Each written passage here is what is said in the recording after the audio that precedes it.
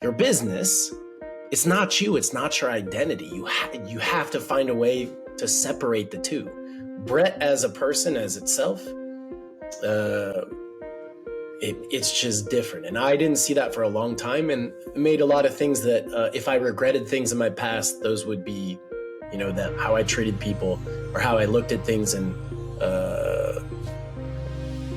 logicked them as okay in my head early on in my story. So I think that's what it's taught me. Hey, this is fun. It's a sport, and treat it like that. It ain't you. What's going on, everybody? Welcome to another episode of Legacy's Journey. We're here in season 2. And, we just got to talk about creating what outlives you. I'm your host, Cameron Williams, owner of Kinley Consulting, where we focus on strategic financial growth for marketing agencies so that they can live the dream life they deserve and not be a slave to their business. And we do that through CFO services. Now, this is season 2. I told y'all we're going to do it bigger, better. I had to put out the feelers, had to tap into the network and say, y'all need to tell me, who do we need to bring on here? Who can help our audience, these agency owners that are trying to get to that elusive first $1 million or take it from there and now 2x that or scale it? So, some of my people were like, oh, this person's in sales. This person's a very successful agency. But I had to go a little bit, to the side. And I said, well, systems are pretty important, because I don't know about y'all, but if you don't have systems, you don't know what's happening with your money, with your team, onboarding. How do we get a client in? How do we successfully fulfill the project? So I said, I know somebody that's pretty good at this, that's done this at a very high level, has had a team of over, I think, 8 people before. So, I said, hey, Brett, I think it's time for you to come on. So, ladies and gentlemen, introducing Brett L. And I'm going to let him do his own introduction, because, I was told I'd be hyping these people up and making them sound like $1 million. I don't want it to sound like favoritism. So, Brett, tell the people who you are, name of the business, how long you've been doing it, and then we're going to jump into it. Cam, let's jump. I mean, first I got to say, I was attracted to season 2 because of all the degrees you've now added behind you. And if you're listening to this instead of watching, 6, 7, I don't know, the most checkered man in the accounting world I know, in the finance. But yeah, man, thanks for having me on. It's really great. And I'll just give you quick snippets. Yeah, my name is Brett. And I am a professional integrator, a professional number 2, a professional right-hand man. And I'm just really good I'm a good general. In fact, I think one of the best, especially for digital marketers. But of course, I'm going to say that. Yeah. So if you're fighting a war and you're out there and you're president and something goes good and then something goes bad and you're emotionally swinging, well, you need your general to say, yo, here's the strategy. Let's get to the game plan. This person, you take that hill. Let's rock. Right. And get the systems, get the team, get the processes in line so that you can go above.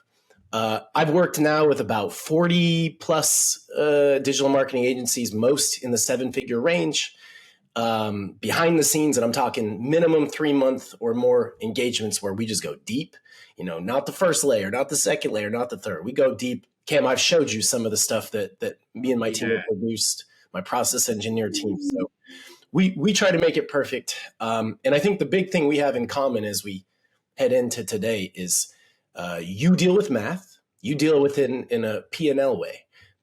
Operations, the way I deal, it's still math. Operations are objective. They are black and white. They should be defined. That's good operations, where everything just is smooth.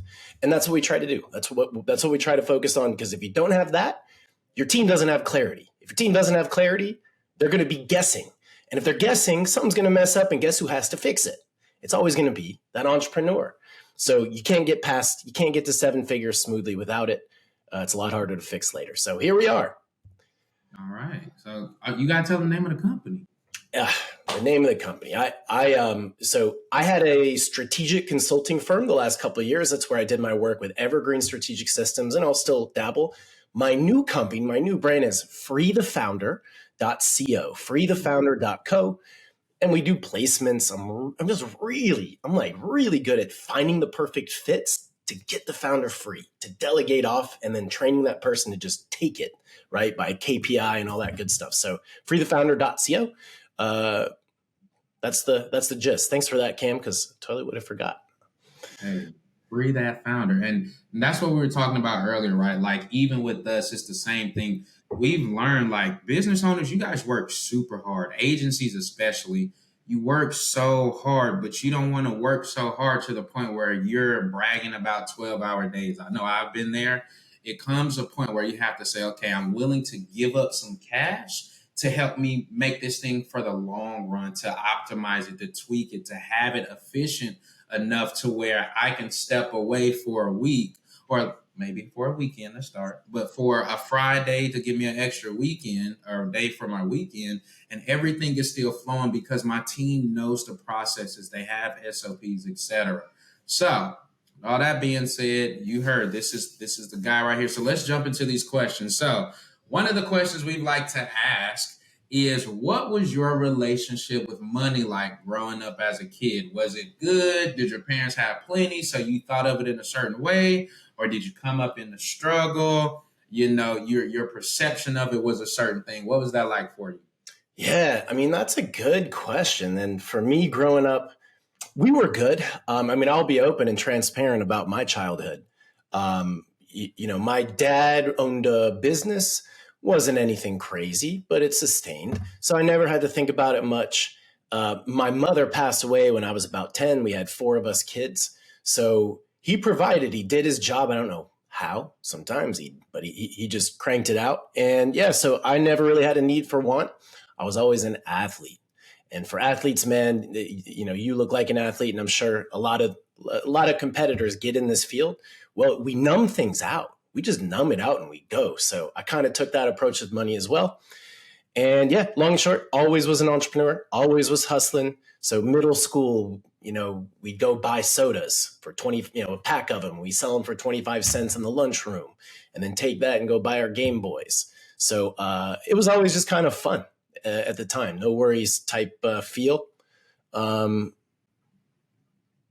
would say that's my experience. Okay. I like it. So then as you grew up, did it change? Because I'm sure, like you said, you're in sports. So now we're going into college. Was it like oh snap, it's really real out here, I need to kind of figure this thing out? Or did you kind of know, like, nope, I know that I'm entrepreneurial.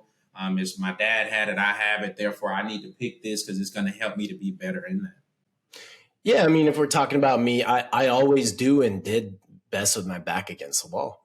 So I always knew when I was out there, if I needed this or that, I was going to figure it out. That's at least how I approached it. Yeah, it's funny. You dig back into some of this stuff and you compare it to today. It does. It's interesting. But yeah, always back against the wall. That was how I rolled. So never really was too much a concern. Okay. Now then you get married. Now you obey. Now you start having kids. Is this same mindset the same as I'm gonna figure it out, or was it at this point, hey, I've been figuring it out. I know how to generate income. I'm not gonna say at will, but by doing certain things, I know how to get that. Or was it kind of like, hey, man, what are we gonna do? That would be the shift if there was one. You get married, the bills, right? So what you make, you don't really get to enjoy. There's not the dopamine spike level of excitement. It's a little bit more pay your whatever bill, right? So yeah, I would say you get married, you have kids. There is that little bit of mental money shift that yeah, I think everybody goes through. But wouldn't you say that's becoming a man? Is that maturity? Did we figure it out? What adulthood is? Yeah, I agree. Because I remember even in my case, it's kind of the opposite. So I knew we didn't have a lot of money. Not that we were like on the street, but like barely making it. I knew not to ask for nothing extra.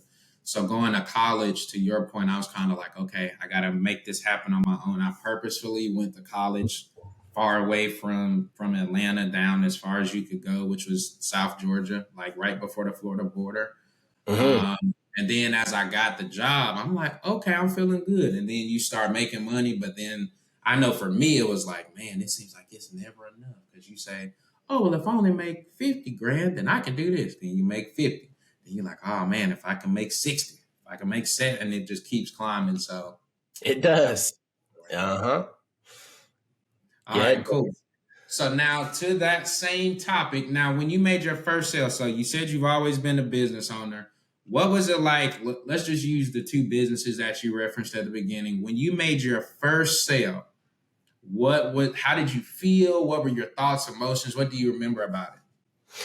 Yeah, well, now I got to go a little further back. So in my 20s, so I played high level baseball, right? So I played D1 baseball, great experience. That's where I put all my chips in, right? I didn't care in high school about school. I just didn't, right? I cared about sports. So got recruited, played baseball, and same thing. I was expecting pro ball. Well, what happens? Of course, I got hurt. I pulled my hamstring, did it a couple times. My value started going down. My own value in my head started going down. So I had to start thinking, what am I going to do?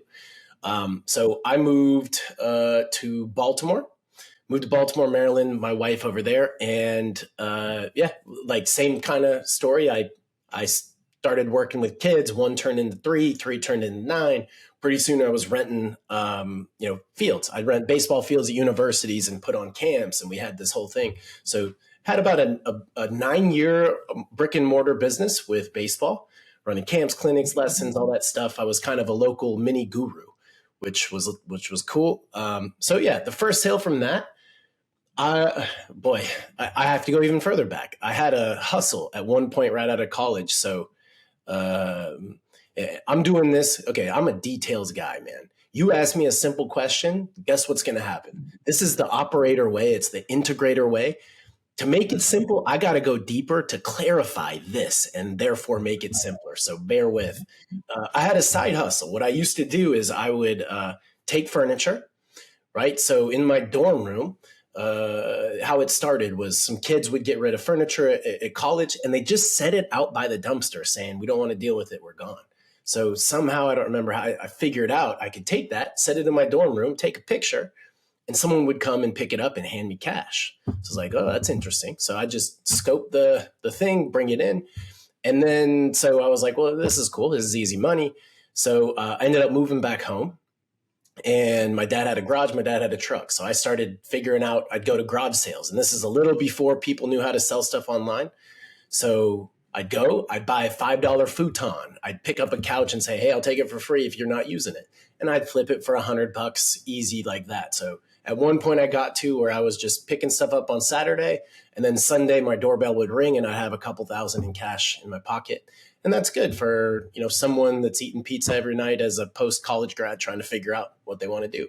So I can say my relationship with money, it was that interaction that really sparked my, that's nice, right? I do a little work and I get quick money. I dabbled in, hey, let me do a job here, but nothing ever paid like that. So it kind of kept me off the hamster wheel. And and then from there, financed a trip to Europe, played around. And then that's kind of what led to that baseball business, which I transitioned to. I'll say this, from that hustle, great, fun, easy, slowly but surely turned into, what am I doing? This isn't as the dopamine rush. I don't want to do this thing today.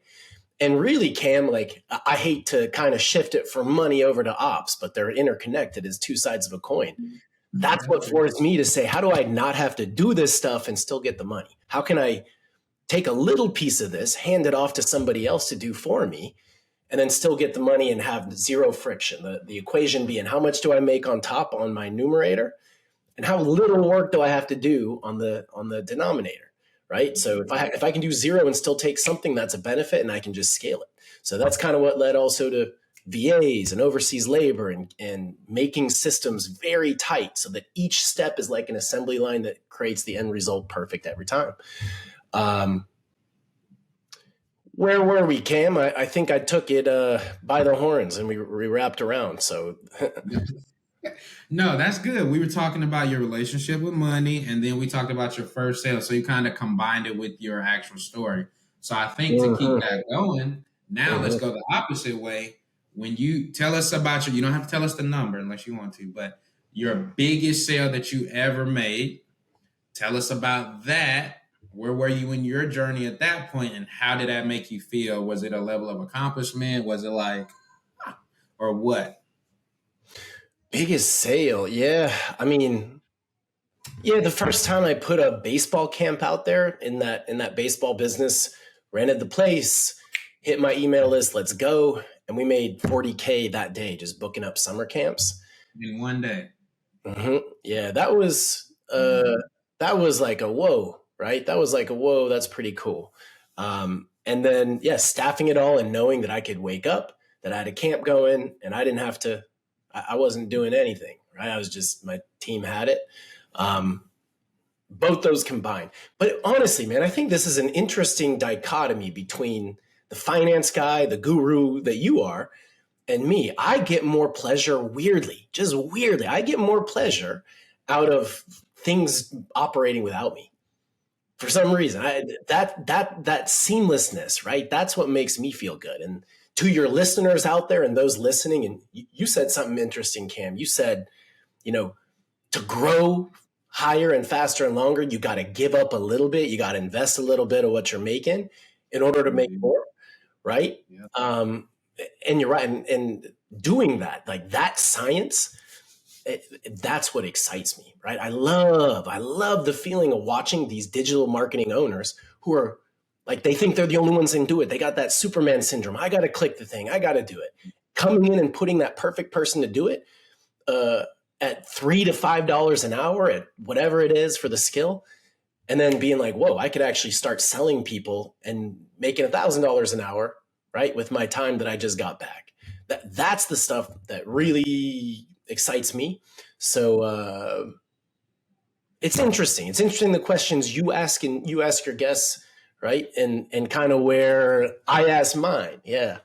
Yeah, because I think about it like I remember my journey, and I remember how, to your point, I'm like, okay, I'm doing it. And it just came this day where I'm staying up to 3, 4, and I'm sure you've heard this story, right? Like a business owner's working their butt off. They're staying up to 2, 3, 4, 5 in the morning. And yeah, I have the money in the bank, but is this sustainable? Like I got young kids, can I keep doing this? I'm tired, but I got to keep doing it. And you have to give up something to say, okay, I need help. Am I going to have an extra 10, 15 grand in the bank? Maybe not, but I'd rather give up an additional 3 or 4K a month, but have double myself and duplicate myself so that I can now have bigger capacity. But then to your point, that's what opened me up to, oh snap, I got to have systems now, because it's not just me doing it. I got to be able to explain this to this other person so that they can at least get 80 to 85% as good as my work, and it's repeatable over time. So I'm just saying, it's important what you're saying over there. And I think what you're really hinting at is not just addicted to putting it off, because I think, to be clear for the audience, he's not saying hurry up and figure out a way to get everything off your plate. I think what he's saying, if I could reword it differently, is this is a way that he serves others, because he's employing other people. He's giving jobs. He's creating these systems and fine tuning them to the point where it is repeatable, so that that agency owner can then just copy paste. We make our tweaks, modify it for your business, but I'm not giving you something that I haven't tested and I myself know that works, because this is how my brain operates, not from the, oh, hurry up, get it off my plate, take it, but from the putting the right person in the right seat, getting to the right desired result. Yeah, it is. I mean, it almost makes me want to pull out an exercise out of my book for those at home that maybe are struggling, because look, like I remember for myself, there was a time, a 3-month stretch. Wait, you got Say what? a book? You wrote a book? Man, I've wrote 4 books at this point. Nothing that's actually published. I got this thing. Dude, you would have. I got so many projects on my shelf because I'm an executor. And again, there's something that I just like. All right, I'll get back to this. So I've got courses. I got books. I got all kinds of stuff. But yeah, one of my best books that I put out there that every time seems to hit with a certain level, I'd say 10 to 20K or small business owners. It's what I call my shadow UVA. So this is what I use to build myself out of my small business. At one point when I was it was this stretch. It was like a summer, dude. I worked, no joke, probably 10-hour days every day, 7 days a week, because I just had so much demand. And I didn't know perfectly yet how to get it off me. I thought the same thing. I got to be the one that does it. No one else does it better than me, and they want me. By the end of that summer, I was heading to a vacation. I told everyone I'm heading out. I remember it was like 11 a.m. I was at a friend's house on a lake on a dock. I was looking at the sky, and I'm like, I was numb, Cam. Like I couldn't move on anymore. I was like, the money's not worth it. Yeah, and you've probably been at that point where it just your fingers are tingling. You're so numb to it. So I dedicated right there. I'm going to figure a way to get out of it. Well, I went home and made that concept, the shadow UVA, and basically what it was, it was how to take a $5 an hour VA and clone myself. Every single task I would do, I was breaking down into little chunks and pieces. And then I would have a system where I'd record it and I'd file it and make it the last time I ever had to do that system ever again. So that my shadow UVA, I could hop in my PMS system and say, hey, B2 needs to be done. Or I'd set up a calendar and say C4, this is my coding system on my PMS, my project management system. I got to stop calling it PMS. Someone told me that. And I'm like, you're right. But project management system, coding it, C7 every Monday at noon. So all of a sudden I went from stress, like crazy, over the top, on work and in the work and behind the scene, to just waking up and being like, I can actually go out and talk to people today. I can go hire more people. Let's do this. So that is one of the tools in my shed, is an assistant who just clones you. And yeah, it's not a hard process. Here's what I'd recommend for anyone at home who's struggling with like the day to day. It takes a little extra effort. I'm burning 10-hour days. Well, you're going to have to do 11 for a couple of weeks here, just a little extra thought. And then it'll go down to 5 and then to 3. And you're only going to spend an extra K a month. And you can make that back up with that extra time once you have your bandwidth in your mind. So the goal is that, the how, the how we're going to do it. You got to have a scheduling system. You got to be able to see in front of you what you're actually doing. So the best way, if you can manage it, is on your calendar, start marking blocks of time of what you're actually doing. Time on the call, right? Time on podcasts, maybe time catching up and typing in the stuff. For you, it'd be all the fun of typing in Excel, right? So whatever those things are. Yeah. Hey, I don't know. And that's not a life I like, but you are the best at it. I know that darn much. So, so you're going to do that and you're going to lay out everything. When I do it with someone, or I instruct a VA to come in and do it for somebody, I like that thing color coded, right? Because we're going to make categories, and the categories are going to be divided by dollar amounts. So you're going to have little things that you do that you might rate, this is worth $5 an hour. This is worth 10 an hour. Either what you think it is subjectively or what you could hire it for. And then, you probably have 5, 6, 7 categories. Well, the goal is start at the bottom, right? Hire somebody to take those over and free up your time so you can do more of the higher leverage activities. And I don't know how clear that is. Sometimes it's easier visual. Usually this exercise is like an hour with somebody, so we just squeeze it into 30 seconds. But so that you're getting me all excited today, Cameron, talking about the systemization piece. That's my job. Okay. Right. Now let's keep talking about it, because one of the things you just said, I don't want y'all to skip over it. Now, he said he made a course and then, doing all that part so that he can take a step back and then hire more people. So how have you grown your team over time? We know that you just kind of hit a quick restart, but when you were at your peak, what was it like to grow that team, and how did you fill them into your processes so that you can continue to get where you got? Yeah, so I have a very systematic way of defining roles so that I know exactly who to put in a spot. A little bit of art, a little bit of science. But in general, the first question is, what are you doing right now in your weekly, in your daily, in your monthly that you don't like doing, right? What sucks? And define that for me. And why are you doing it? So let's just try with you, for example. What are you doing in your week, Cam, that you are like, I hate this? Are you talking about like me? Yeah, why not? Yeah, if not, we need to get some phone calls, but let's do live. Okay. All right. Ask your question. I got to switch brains now to the interviewee now. I can hear the clanking. My Yes. good Okay. mic quality. All right. What's your question again? Well, let's put it in a different way, or maybe similar. But if I had to ask you, right, gun to your head, what are you doing week to week? What are you doing month to month that you absolutely hate? What things just like you're like, ugh, all right, I gotta do it. That I hate.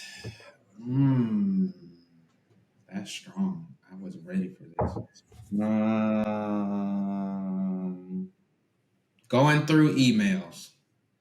Okay, now let's do some therapy. And I keep pulling out my skeleton. So my background is actually a child psych and counseling. I have my master's from Hopkins in that. So this part of digging and getting info is it's also a joy of mine. Okay, so you digging emails and getting emails. Interesting. So if I'm hearing that correctly, every single day you got to sit down, and when you could be doing more podcasts or could be doing more outreach or more strategy, you got to stop and go through the 100 emails that came into you to say, please check this and do that and do this thing. Got it. So that to you is painful. And that's something that every day kind of becomes, and tell me more about it. Yeah. It's just annoying because you like. Let me see if I can look. I probably now I've cleared some of them this morning. Like I got 50 emails right now. So like I know that's my system, since we're talking systems. What I do, if it's important, I'll leave it unread because that lets me know to come back to it. If it's spam, I just go on and delete it out. And I try my best to put, like, for each client, they have their own folder. So, like, if it's Brett's systems, I'm going to put any email from you in that folder. So that way, if I need to find it, I can. Well, of course, the way my brain works, after a while, okay, go through and look at them, but it's not that important to spend the time to try to put them in folders. There are some that I left unread that I need to probably go back and look at, but I've already moved on to addressing either other problems or helping the team or doing sales and outreach or marketing. So it's just annoying from the standpoint of always having to deal with it, but I know it's necessary. Well, yeah. So on top of that, we're just going to dive in this because I think this is valuable. The fact is, you can systemize anything, right? You can systemize anything at all. There's fully systemizing it. There's not systemizing it, right? There are those tasks, but there's the in between, and the in between is being able to systemize parts of it.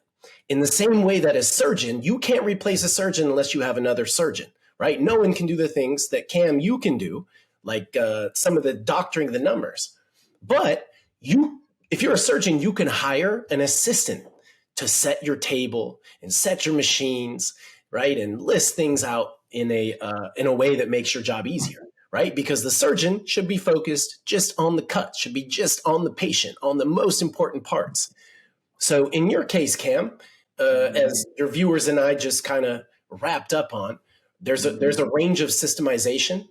And so in your case, systemizing email, something like it's necessary, but I hate it. I could be doing other stuff.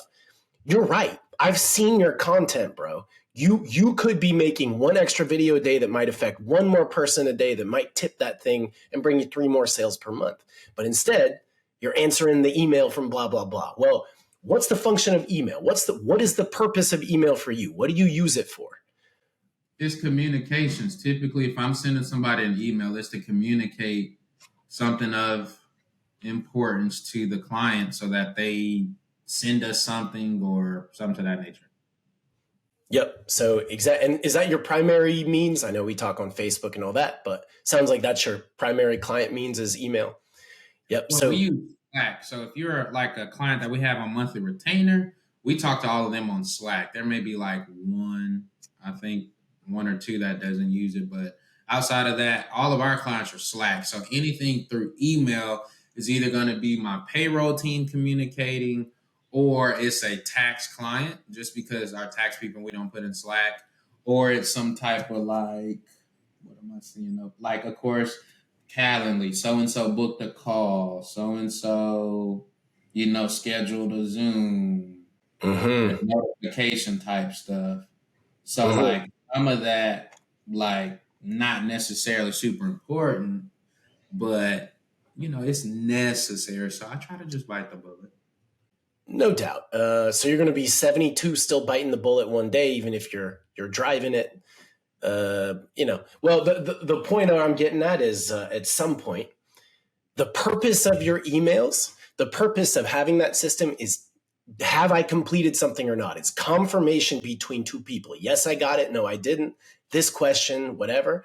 And those things at the end of the day are tasks. They're things that either Cameron needs to do or they're things that the client needs to do to ping the volley back and forth, right? Everything else sounds like it's pretty much fuzz, spam, a Zoom confirmation, whatever. So that in itself is systemizable, and here's how. If you had, let's just say it's a VA, and you train them, you could make categories of different tasks. You just laid them out for me, 80% of them right there. It's either this thing, that thing, or this thing.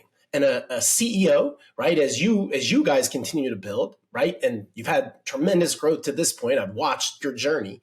Well, if you had a dashboard and you could wake up in the first 10 minutes, everything that was in email is right there. Do this thing for this client, that thing for this. That is 100% trainable, right? And that extra time you get back is time that you could spend making more money on that time you invested in.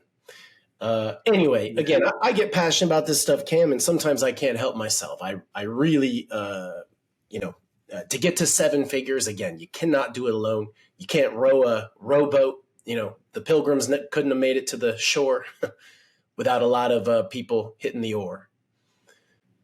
Yeah, and I agree with that because, like, even in that example, just to finish it up, like, if I could just come in, hey, so and so sent you an email saying blah blah blah, so and so confirmed this, and this, so and so got it, and your team just sent this and CC'd you, and I'm like, all right, cool. But it's like I got to put time in the calendar to look at it, and work. Yeah. So that's a great example. So that's an example of what Brett would do with you, your team, your systems, figure out how to make it more effective, more optimized, more efficient. So that way you're rolling, you're moving and grooving. So with that being said, now you talked about continuing to grow and scale and $1 million. So I know that oftentimes that chief operator, some people call it a COO, integrator, different things. They work oftentimes with the accounting and finance department.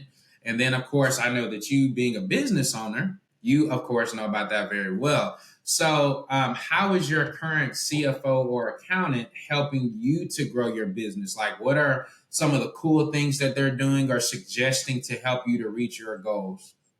Yeah. No, honestly, I do think that's a point of improvement. And that's something, Cam, that I know we've talked about and you've pointed out, just I think you have that muscle. That's something that's always impressed me, of being able to just look at numbers and in 5 minutes say, hey, here's what you got to do to be more profitable. So that's definitely something that I know that we'll continue to talk about, because for mine, it's just more of a reporting. And honestly, in a lot of ways, I like myself being able to dive, but it's pretty short-sighted to say that I would know anything and everything, right? So getting outside eyes, I think, is critical. But yeah, I get a P&L once a month. I look at it and I rock and roll. And of course, I'm more focused on what's my operating budget. Right. Well, that's a solid one, like operating budget. Okay.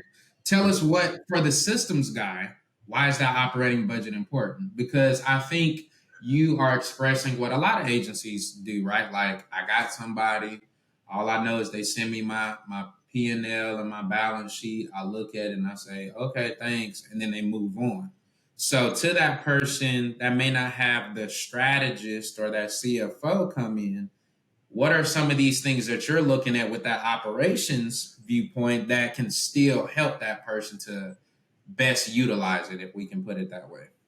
To grow, you need to invest in operating expenses. You need to invest in labor who's going to take over and do the things for you so you can get on and make more money. I see a lot of digital marketing owners that they get stuck. Like, they're marketers, man, but they get stuck. They can't fill their pipeline either because they're not confident in being able to fulfill, or they just don't have time. And I would agree with that one. all the time. Mm-hmm. That makes me want to ask this question. Okay. Mm-hmm. So, and sometimes people ask us this, right? They say, well, what should our labor costs be in relation to the revenue? Because some people may say, well, hey, our labor shouldn't be over 40%. So, just to use easy numbers, if you're making $100,000 at the end of the year, then 40K of that, no more, should be labor costs. So, do you have, because you're a systems guy and you know how this should be optimized, is there like a perfect number or percentage to get people to think of, or does it vary based on size, complexity, niche? What And are your thoughts on goals as well. 25 to 45% is typically the range that I see. I mean, 45 definitely is the high side, especially with overseas labor and freelancing sites and all that. There's a lot of ways to skin it if you're really trying to make cuts. But most people I work with are goal oriented. They want to grow, and to grow, you kind of, if you're a factory, you gotta invest in building the assembly line and give that thing time to be ready, and then you got to feed it. So that? That's good. yeah, I think with Wait, those, whoa. That was a gem. You gotta say that again. If you're a factory and you want to build an assembly line, you look, go to the bank, say I'm investing in this assembly line, right? It's going to make me this much money, right? And then you got to give it time to breathe so that you can put it into your factory and let that thing produce product. Yeah. So if you're trying to grow, the easy way to say it in your terms is you're probably going to be a little higher on that percentage side. yeah. If you're chilling or you're just slow growing, that's a different story, right? You're going to maintain that 25, 30% depending on what type of digital marketing company you are. Okay, I got a good one for you. So now you mentioned overseas. Do you think, and I know this is a tricky question because I'm saying it on purpose, would you suggest investing more in overseas contract labor, or do you still think there's value in getting a US based employee or contractor? Why? I know you can probably argue both, but if you had to pick, Yeah. Well, if I had unlimited funds and unlimited, potential, um, hardware on American people, the right ones in general, they can make decisions for you a lot easier if you give them the reins to do it, right? So I don't think there's any doubt. I think the right skilled American labor will always win. Not always, but majority of the time, especially in creative tasks, right? Yeah. So let's say, for example, if you have an overseas labor let's make it easy. Let's say a website. You're probably going to have to do more effort and more time in giving them the specs of creating that. I need this, I need that. Yes, like that. Yes, like that. There's just a little more direction that goes into it. And there's a little bit lower percentage that you're going to get it right on the first couple times. Now, for someone like me, it's not a huge deal. I just iterate it and we're good. Or I have my tricks on making sure we're better from day one, better examples, better guidance, better template, how we're feeding it. But in my experienced American labor, it's like, hey, I need a site.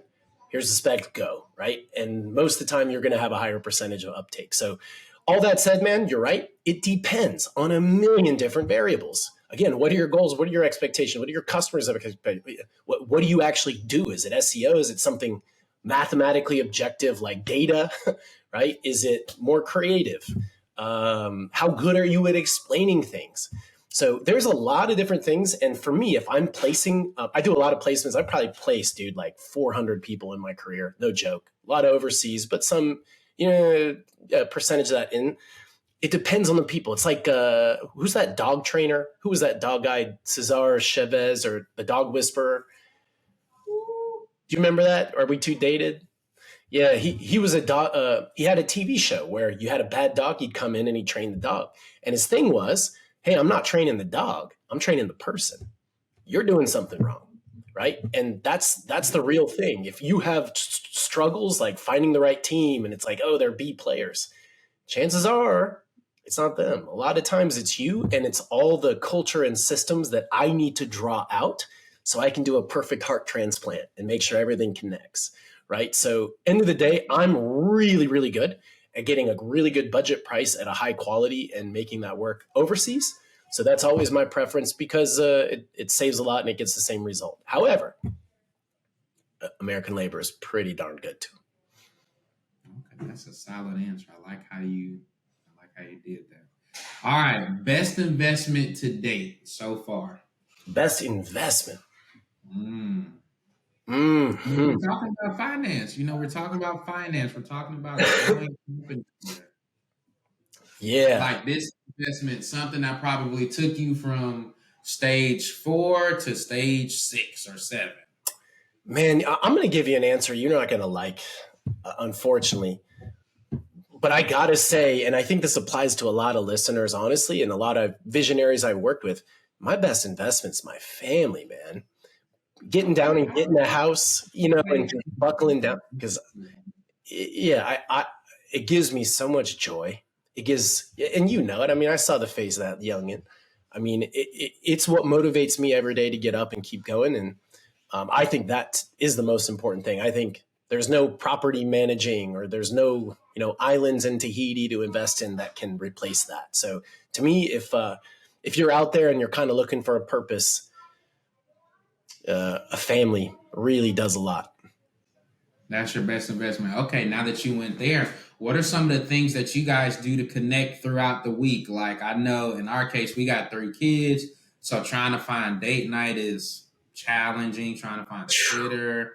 So we try to do certain things at the house. We got pancake day every Saturday. So what are some things that you guys may do every Monday or Friday that everybody kind of looks towards? Ooh, I like that. We got a pancake morning on Sundays, so maybe I'll come to your house Saturdays, and then you guys come on over here. We got 4 kids as well. Yeah, we do the pancake thing, and really, like I told you, I'm an athlete. My oldest son just loves sports. He loves playing catch, so we'll always set aside time, 10, 15 a day to do that. We'll work out. I got a gym in my garage, so we'll get out there and work out. We got the babies that sit there and watch, so getting them young, thinking about it. And yeah, I think we're a physical family. That, and then movie nights is kind of our thing too. But that's a good question. How do you water the plant? Now that's with the family. Now with wife, because I've learned the hard way that Mm, family time does not equal her time. mm, So mm. that's the difference in how you keep wife. We good. How you keep watering that one? Well, it you got something there. It is a challenge, man. When you get to this stage in life and you both are you feel like you're just sipping above the water, balancing business and balancing kids and school. It takes effort. And for me, um, I mean, at nights we got a little thing, we got a show we'll watch and we'll connect that way. Um, but I think, Cam, the biggest part of this podcast at the end of this hour here is I think you just made up my mind to go try to make more effort on that one. Because I feel I do get lost at times doing our own thing and work playing with kids. So I'm going to report back because I think that's something I got to do. All of us, bro. I look when you need some ideas. I got you. I Hey, got you. hey, I'm on it. Yes, All sir. right, let's do rapid fire here so that way we can continue to respect your time. We know you got to go save the world and help some more people. So let's Mhm. go rapid fire with these. Here we go. Now, not so favorite accounting or tax horror story. Not so favorite. I had a year where I had a tax bill. I can't remember how much, and it was like, what? So that was my least favorite of the surprise tax bill and what turned me into quarterly payments. Gotcha. Okay. How has your definition of success changed from when you first started to now? For example, me, hey, we just need to pay these bills. Now it's a lot more like how do we grow? How do I still continue to give back, etc. So how has yours changed over time? Yeah, I mean, definitely in the same ballpark. Before, though, it was more selfish. How can I get another overseas trip? How can I go to Europe and jet set, and that's a reward for pushing a little or something like that. Now I just see the Mhm. faces of my kids, man. That's success to me. If they're happy and I can provide for them, that's all I care about. Okay. All right. If you could go back in time, what would you tell your high school and college self? Invest in Amazon, you know. Invest in Amazon's in like stock. Oh man, I would have bought so much Amazon and maybe Tesla. Yeah, just that's easy money, man. Plus the capital gains on yeah. So yeah, I would have been mowing lawns and just dumping cash into Amazon. And then I'd be thinking of my kids' faces and my Tahiti island today, you know. Yeah, dude, had you invested back in '08? Holy cow. Now I'm older than you, I think. So that is It's only something. about 2 years, not too old. I'm 33. Yeah, yeah, I okay. We're graduated same age. in 2008, so Yeah, I'm only actually 25. So never mind. I thought I was, no, I'm playing. I'm older than that. all right, all right. What 2 or 3 things that you do consistently would you say contributes to your success? Every morning at 6 a.m., I drop my kids off at the bus and I read no matter what. So I sit down and I read the most challenging book I can find or the most prevalent. I work out 4 times a week. If I don't do that, I know I'm not my best. And every night I put my kids to bed. I think you can see a pattern between us, right? If the family man thing between us is real. So those 3 things I think are what motivate me the most to yeah, have some success. Okay. Last question. What has being a business owner taught you about yourself? Because you've had a successful one. You wanted to restart and change some stuff. So what has this journey taught you about like who Brett is as a person? The number one thing it's taught me, honestly, is that my business is not me. That's a weird thing, and I think, yeah, You gotta say that one again. Say it again. yeah. I mean, this applies, I think, to everybody who's obsessed with making a better life for themselves, right? But your business, it's not you. It's not your identity. You have to find a way to separate the two. Brett as a person, as itself, uh, it's just different. And I didn't see that for a long time and made a lot of things that if I regretted things in my past, those would be, you know, them, how I treated people or how I looked at things and logicked them as okay in my head early on in my story. So I think that's what it's taught me. Hey, this is fun. It's a sport and treat it like that. It ain't you. That's a solid answer. All right. Well, this is the end. So this is your time. So tell the people how can they get in touch with you? What's the best way? Any websites? Do you have anything you want them to know that's coming up, like a big event or some big project or something that's dropping? This is your time to tell them all of that. Go for it. Yeah. Look, every CEO, every entrepreneur, everyone in this field, times can be great and times can get tough. And it gets especially tough when, you know, say you're working with Cam and you're trying to hit the levels you're hitting and you realize, man, I'm going to be working 12, 14-hour days.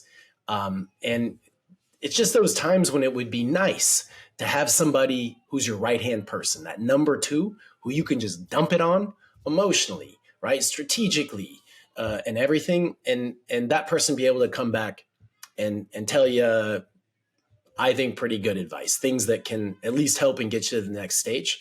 So if you feel like, hey, I'm doing more than I probably could, and I'd like to spend more time doing X, more time hopping on podcasts and touching my audience, the $1,000 to $10,000 in items. If that's you, I'm really good at cloning. I'm really good at taking, like we did with Cam. What do you hate? Breaking it down to categories and then handing it off to somebody else with a KPI for success, right? So building teams is a strength of mine, and consulting as a COO. Those 2 things, I can set pretty much anyone free. So with that, freethefounder.co, you can check out. I'm not the best marketer, but I am the best number 2. All right. So freethefounder.co. Do you have a preferred like social media in case they want to just I'm not quite sure I want to take the leap. So, I just want to talk a little bit. You know how that goes. Yeah, well, we offer free operations audits. I say we as in me. So happy to talk with anybody and see where your situation is and how I can help.